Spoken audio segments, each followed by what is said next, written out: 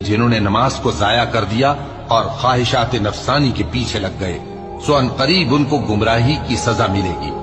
हाँ, जिसने तौबा की और ईमान लाया और अमल नेक किए तो ऐसे लोग बहिश्त में दाखिल होंगे और उनका जरा नुकसान न किया जाएगा।